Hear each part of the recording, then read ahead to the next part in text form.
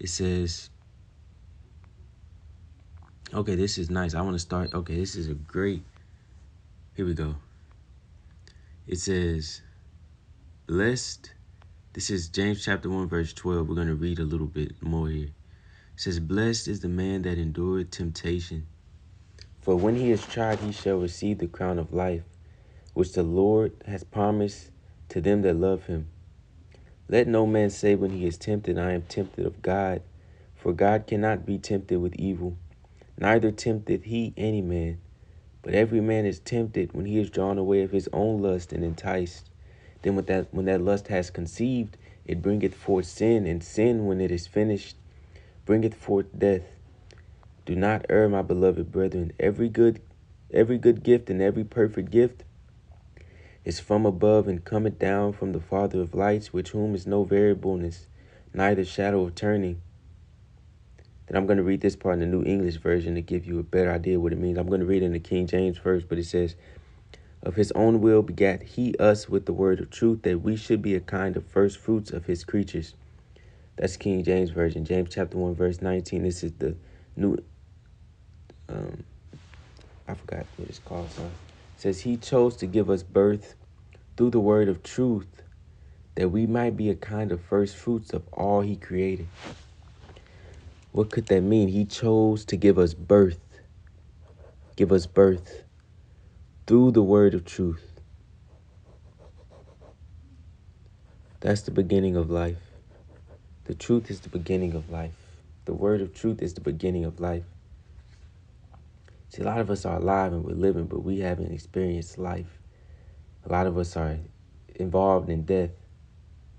We're alive and we're breathing, but we're walking in death. We're walking in the darkness where there is no life. Jesus came with the light and he pointed us towards what life actually is. Don't be deceived when people tell you that this is what life is about. This is what you should live for. All these things that are in this world, they blind us from the fact that there's a truth beyond this life. There's a truth beyond this world that we are able to inherit, and it allows us to be free. We don't have to walk in darkness and be slaves for the rest of our lives. We can choose at any moment to stand up and walk in the truth. Say no more to these things that are pulling us down, these strongholds that are trying so hard to keep us and take us over. They want to grab a hold of us and do what they will with us. Stand up, brother. Stand up. Do not allow these things to be your masters. Let one thing be your master. That's the truth. Stand on that. That's what we should be grounded in. We should be grounded in the truth. Stand firm in the truth. So when your ground is on a firm ground like the truth, see, the truth never changes. So you know that ground will never move from beneath you. The truth will be the same today, 10 years from now, 20 years from now. For eternity, the truth remains. The truth stays with us. It remains there. So when we choose to make the truth our roots and we stand on top of that, we know that this ground won't move from beneath our feet. See, all these other things we choose to stand on, like lust. A lot of us have built our life on lust. And the thing with lust, it comes and it goes and it comes and it goes. And then sometimes it comes, you don't know really when it's going to come. And it comes, you get excited and you kind of feel and get the seed by it and think that it's a proper ground to stand on again. But deep down in your heart, you know that eventually it's going to go again. And then you're going to have to be stuck there in the middle with none of that to comfort you. Or maybe you try to stand on your job. You make your job the thing you want to stand on. And guess what? It feels good for a while, but it never quite satisfies you. Or you find a relationship and you think, okay, I found something. This is what it's going to be. And it satisfies you for a while, and then you mess it up. And it all becomes a big mess, and it goes from love to hate. And it goes from something very good to something that stresses you out, and you mess that all up because you didn't build that on the right ground. The truth is able to be applied to every area of your life. I can apply the truth when I go to work. I can apply the truth when I'm with my parents. I can apply the truth when I'm with my siblings. I can apply the truth in any moment because the truth can be applied to anything.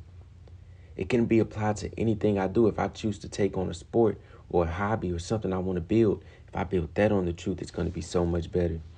If I choose to get in a relationship, the truth is my basis. The relationship is not the basis of my life, but the truth is. So I will even build this relationship on the truth. And it will sprout up the fruits of the truth within that relationship, within that hobby, within that job. You bring the truth with you everywhere. You build everything in your life on this truth. So when I'm here and I'm sitting here and it's just me, and temptation comes and it tries to grab me, I don't move because I'm grounded on the truth. These thoughts come and they scare me and I'm fearful of them. I won't move because I'm grounded on the truth. When someone comes and they say hateful words to me, they say hateful things to me, they do things that make me really want to do the opposite of the truth, I don't do it. I stay there because I'm grounded in the truth. No matter what I do and everything I do, I want to say a word that I know isn't right. I know I shouldn't say this word, but it'll be nice and it'll be funny just to pass the time. I'm at work and I'm bored. I have nothing else to do. If I say this joke, oh my gosh, it's going to be funny. It's going to entertain me and it's going to distract me from the fact that I'm bored. But I don't do it. Why? Because I'm grounded in the truth. I want to say something that's slightly, just a little bit wrong. Like it's just a little bit. I'm at work or I'm here, I'm there. Somebody says something about another person. I have the urge there to say something and add on to it. And it won't be harmful, seemingly so. It won't be harmful. But I don't say it. Why? Because I'm grounded in the truth. We have to remain grounded in the truth. The truth has to be our ground. If something's our ground, that means it stays underneath us. We walk over that ground. We must walk over the ground of truth. In order that we have to realize that this book, this Bible is not something you just grab and read and you make it a personality trait and you kind of make it like a hobby. You kind of make it like a thing you do. It's just another task you do. I go to church on the weekends. It's just something I do. I go with my friends and then I leave that church and I take nothing with me. So it's just another form of entertainment for you. It's another form to entertain yourself and distract yourself. It's nothing different than me going to a football game on a Sunday. If I don't leave that church and apply what was said at that church to my everyday life, slowly but surely, it's not something that's going to happen overnight, but you must make the effort. There's certain things you cannot do. There's certain things you can no longer do. It's not compatible with this way. You have to choose. You cannot have your fleshly desires and have the truth. You have to come to a moment where you pick one. There's a choice you have to make. Do you want the truth or do you want your desires? This is where the true sacrifices come. You begin to sacrifice all these desires that you have built up over time. You have come to find safety in these desires. You have come to love these desires. You have begun to make these desires your master. They've taken over your life, and you reap the results of making those things your master. You reap the results of choosing evil over good. You reap the results of choosing the wrong thing over the right thing. You reap those results. You're responsible. Take responsibility for your actions. You will be held accountable. It tells us in the Bible multiple times we all will be held accountable for the things that have been done in this body. We will come to the judgment seat of God. And at the judgment seat of God, there's no way out. You can't lie your way out of this. You can't walk away from it. You can't move out of it. You have to endure that judgment seat. And God will judge every action you've done righteously in the right way with justice. God has justice. And his judgment is right. You can't refute God's judgment. You're sitting at that judgment seat and God's judging everything you've done. You have to sit there and accept it because you can't deny the truth. You know that his judgment is right. You know that the things you have done are wrong.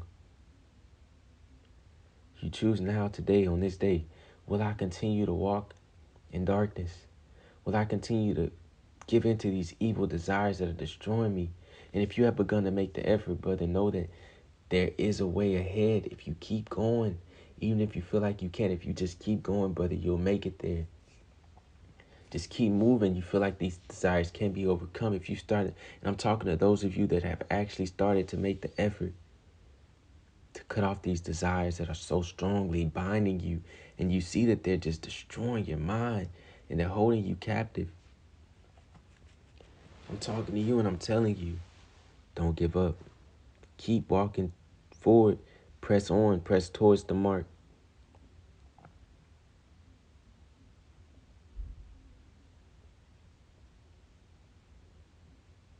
Keep moving.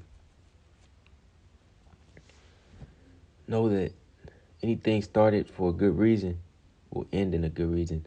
Your fight with these desires is a good thing, and it will end with a good thing. You give up these desires, God will come and give you new desires that are actually good for you and won't cause such detrimental effect to your souls. That's what today we're really killing our souls. We have no conscience. Our conscience is dead. We can't determine within our souls, within ourselves, what's right and wrong. So we go out into the world and look for it. But right and wrong is all within you. You don't have to go out and ask someone what's right and wrong. It's all within you if you would just stop these evil actions. They're deadening the truth that is in you. They're deadening the good that is in you. This evil is blinding us. It's throwing so much dirt over our vision. We have to start to remove the evil. Remove the veil from our eyes. Remove these things from our eyes. They're blinding us. We grew up in it. That's the sad part. We grew up in it. We taught this. We've been taught this. We've been taught this. So imagine the children today, the things they're being taught, where they're being led, the directions they're going to, because of something we're teaching. We take so light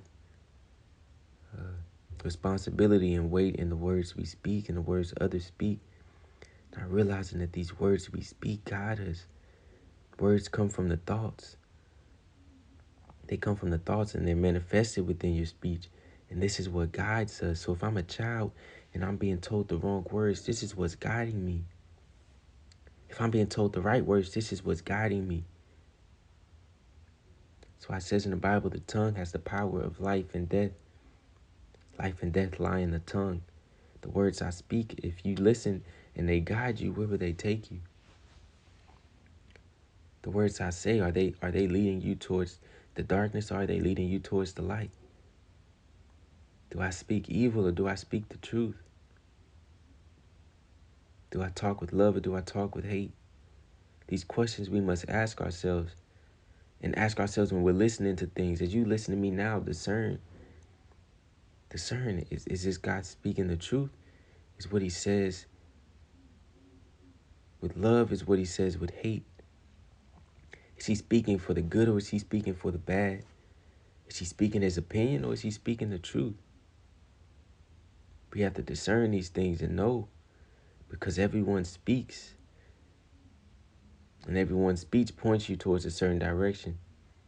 Is this person's speech pointing me to do the wrong thing? Are they justifying the evil within me?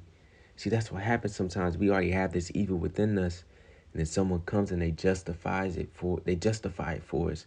So now we come to believe that just because someone came and agreed with me and they justify my evil, now the thing that I knew was wrong is now right because what this person says justifies it. But the truth is, evil is wrong no matter who justifies it, or who tries to justify it, who attempts to justify it. Wrong is wrong no matter what. Wrong will always be wrong. That's why we look at people like Martin Luther King Jr. and I'm so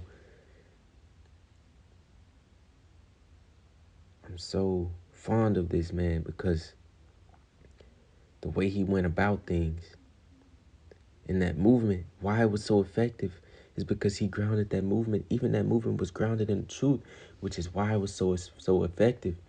Nothing can, even evil things, even the devils, the demons, they quiet down when they hear the truth. When I say the devil, the demons, I don't mean anything fanatical. I mean the evil within.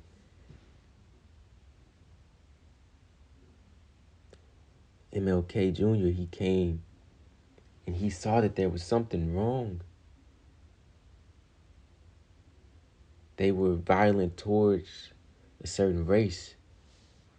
They were violent towards a certain race, and that's wrong to judge someone on the color of their skin. That's wrong. And instead of doing what a lot of us do today, you know what we do today? Black people see white. I don't like to bring this up in my video. I really don't like to talk about things that divide, but I'm only talking about it so that I can bring it back to what's true. Black people see that whites are against them, so what do they say? Oh, I'll be against them. So I say that they're wrong for judging me and being wrong towards me, so I do the exact same thing towards them and justify it. How hypocritical we are. How much of hypocrites we are when we do that. It's very wrong. No matter if it's them towards us towards them, this color towards this color, that color towards that color. And Martin Luther King Jr., he brought that into his life. He brought that into his movement. He taught a non-violent way. Because why? Because violence is wrong no matter what. No matter if someone's wrong towards me and violent towards me, violence is wrong regardless. Nothing justifies wrong. Two wrongs do not make a right. He realized this and he grounded his movement in the truth, which is why it was so effective. He used the words of truth to bring about a change. He didn't use violence. Violence will never correct anything. Violence will never help anything.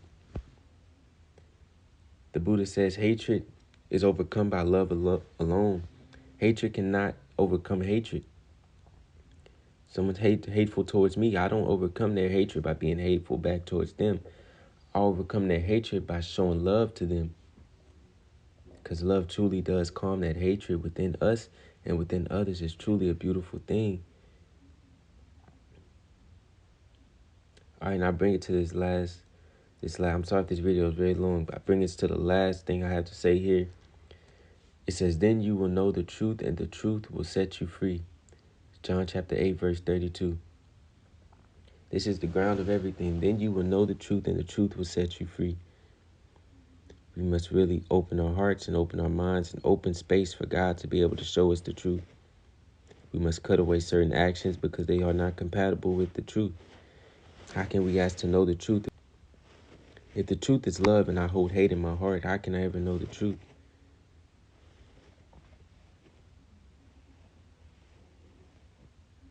I thank you all for listening. Y'all have a good one.